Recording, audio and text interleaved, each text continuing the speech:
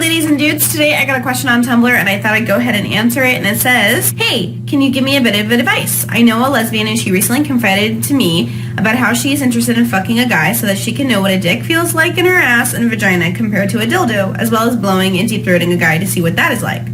I am now going to be that guy that is going to fuck her, and let's be honest, I'm absolutely excited to be able to. So is there anything you have to suggest to help make her upcoming experiences better? My advice to you is to always be respectful of the fact that your friend is coming to you in need.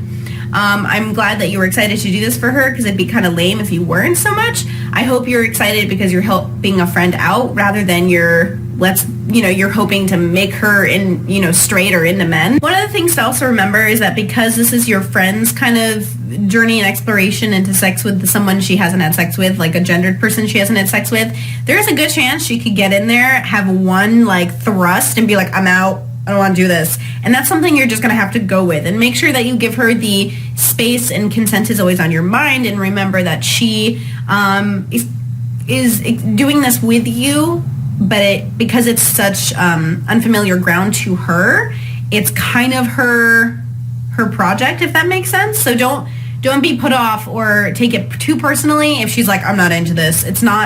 It probably has nothing to do with your skill so much as the fact that she doesn't really like the D. Remember to negotiate with her on whether or not she wants you to tell people you fucked her / she fucked you, because I know you people get excited to be like, yeah, I had sex with a lesbian, or I had sex with a person that said they wouldn't have sex with a thing, and they want to tell everyone. But remember that that's someone else's story as well, and so you guys should probably talk about that. Also remember that orientation fluctuates, and so labels are just things we use to communicate who we are to others, and so those things can change when we grow and we figure more things out about ourselves.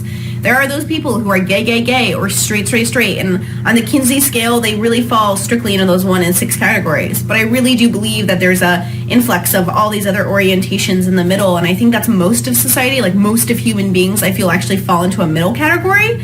And so I'm excited for your friend's journey. I'm excited for your experience with her. I'm excited that you guys are going through this. So I love this question for a multitude of reasons. For those of you who have been following me for years, you know that my sexual orientation has fluctuated.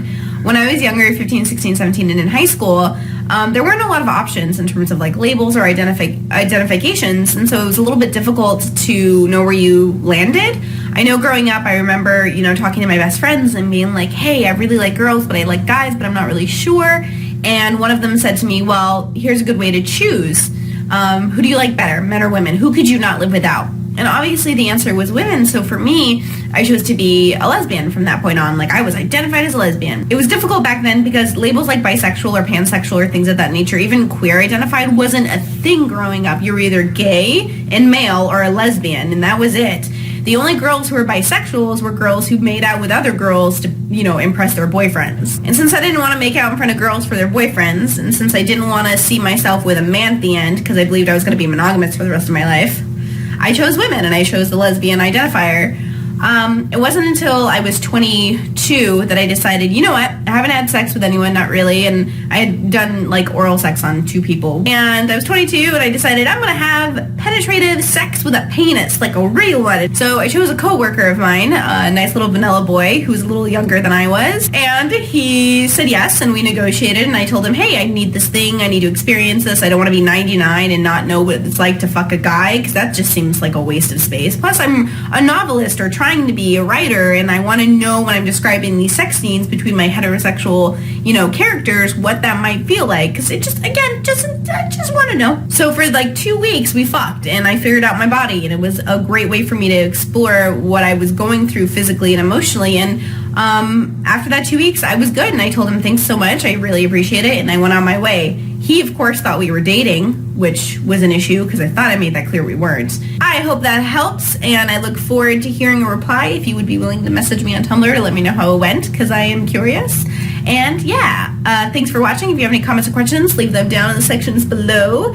And before I go, I want to remind you that this channel is funded through Patreon, and I thank you in advance for all contributions made. And my cold is really annoying me, and I'm pretty sure you can hear all the traffic through my window. And I sprained my wrist the other day, so I'm kind of need to not do this so much. I need to stop. All right, thanks for watching. Have a great day, and I'll see you next video. Why am I not wearing my wrist brace? Why am I not wearing my wrist brace? Because it's inconvenient. If you liked this video, please hit the like button. If you would like to see similar videos, please subscribe to this channel.